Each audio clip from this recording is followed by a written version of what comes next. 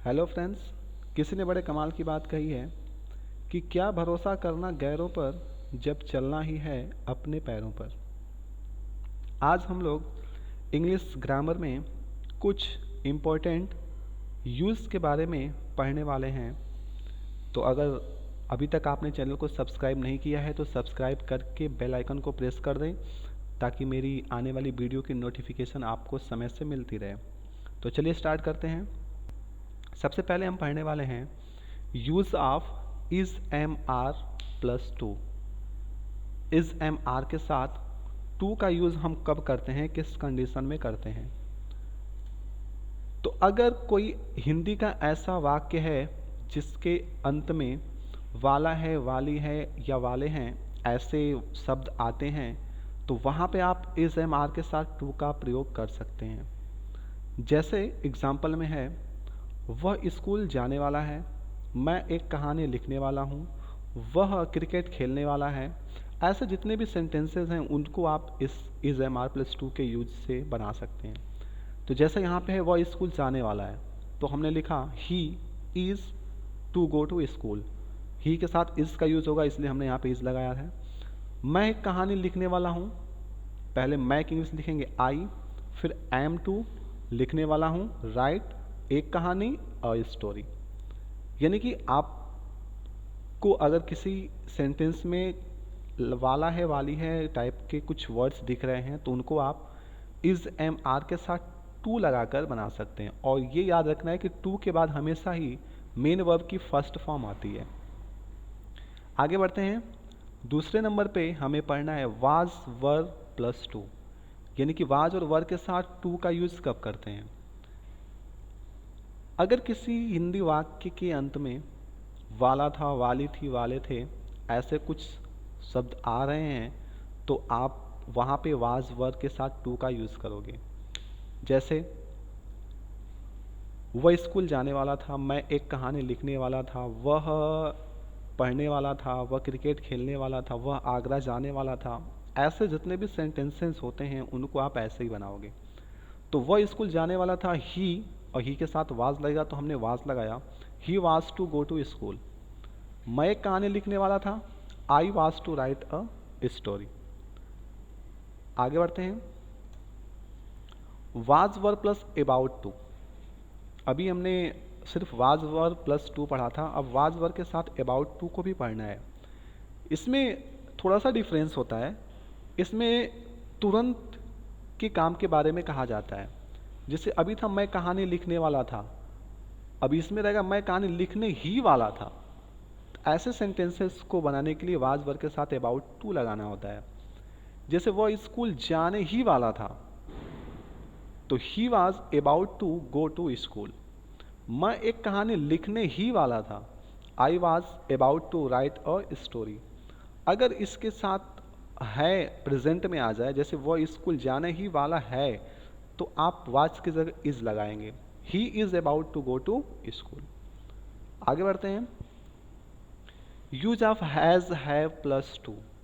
Has have plus to का use कब करते हैं, जब भी किसी हिंदी वाक्य में कुछ कंपल्सन यानी कुछ मजबूरी अगर दिखाई गई होती है तो वहाँ पे हैज़ या हैव के साथ टू का प्रयोग करना होता है। जैसे उसे यहाँ प्रतिदिन आना पड़ता है, वह यहाँ आना नहीं चाहता लेकिन उसकी मजबूरी है कि उसको यहाँ प्रतिदिन आना पड़ता है। मुझे गणित पढ़ना पड़ता है, यानी कि मैं एक्चुअली दिल से पढ़ना नहीं चाहता लेकिन मेरी मजबूरी है कि मुझे गणित पढ़ना पड़ता है, क्योंकि बिना इसके मैं फेल हो सकता हूँ, इसलिए मुझे गणित पढ़ना पड़ता है। तो ऐसे वाक्यों को अगर ट्रांसलेट करना है तो हमें करना होगा उसे यहाँ प्रतिदिन आना पड़ता है। उसे का ही, अब ही के साथ has to, singular number subject है तो हैज़ टू, अगर प्लूरल है तो हैव टू। तो he has to come here daily. मुझे गणित पढ़ना पड़ता है, I have to read maths. आगे बढ़ते हैं। Use of had to. Had to भी कंपल्सन के लिए ही यूज किया जाता है, पास्ट के लिए। जैसे उसे यहाँ प्रतिदिन आना पड़ता था, ये उसकी मजबूरी थी, वो आना नहीं चाहता था लेकिन उसको प्रतिदिन यहाँ आना पड़ता था।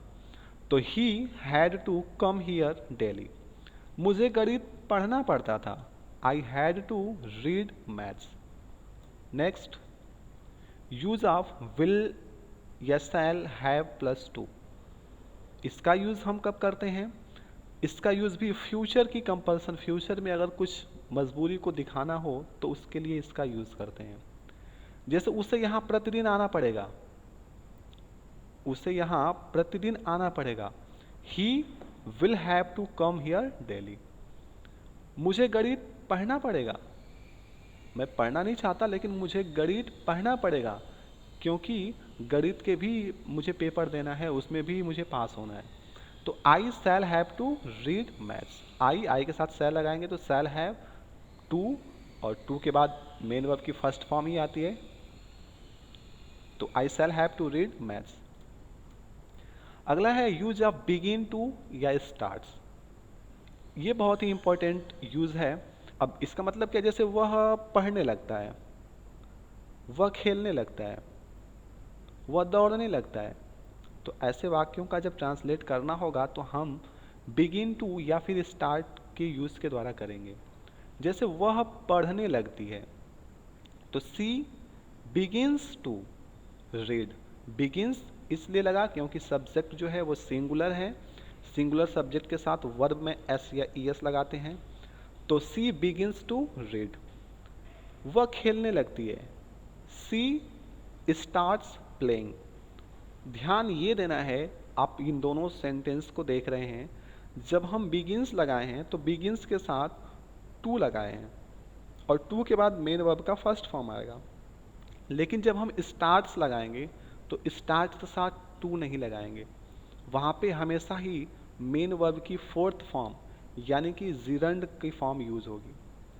तो बिगिंस के साथ टू और स्टार्ट के साथ जिरंड फॉर्म। आगे बढ़ते हैं, यूज ऑफ यूज्ड टू।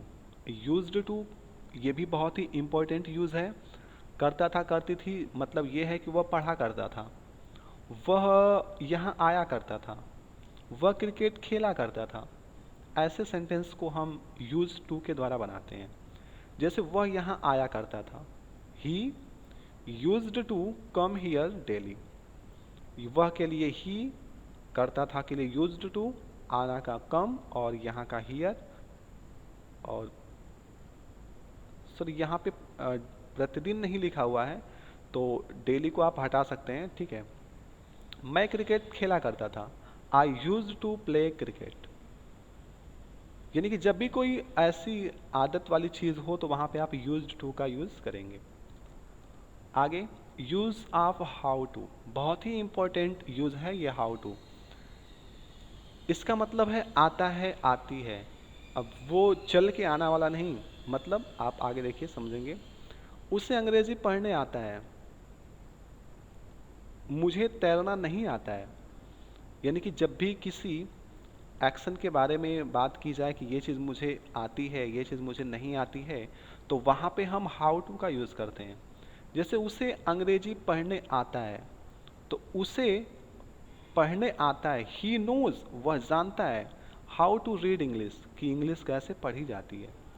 तो उसे अंग्रेजी पढ़ने आता है, he knows how to read English. मुझे तैरना नहीं आता है, I don't know how to swim. मुझे क्रिकेट खेलना आता है, I know how to play cricket. तो ये भी बहुत ही इंपॉर्टेंट चीज़ है हाउ टू। आगे बात करते हैं प्रीफर।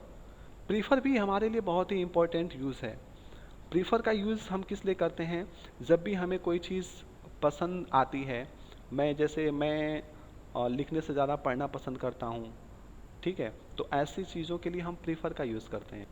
वह पढ़ने से ज़्यादा लिखना पसंद करती है, सी प्रीफर्स राइटिंग टू रीडिंग।